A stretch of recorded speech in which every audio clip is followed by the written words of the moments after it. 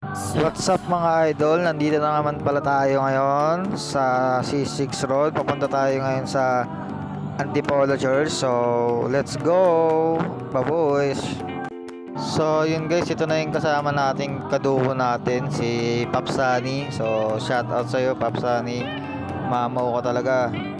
So, yun na guys, papunta na kami sa Antipolo. So, hindi na ako nag-video pa Antipolo kasi nga hirap ako sa ahon yan. At ano, 1 week kasing walang bike kaya hirap ako sa ahon. Hindi rin ako nakapag-video. So yun guys, nandito na ako may sa Antipolo. Hindi na ako nakapag-video talaga niyan kasi hinang-hina ako dyan talaga. Hindi ko kaya ng ahon, parang hinahatak yung gulong ko. So time check yan. So yun guys, daming tao yan, hindi kami nakapunta sa taas. Ayun, daming tao guys. Hindi kami nakapunta sa pinakasimbahan dahil sobrang daming tao. Pag hapon pala sobrang daming tao dito.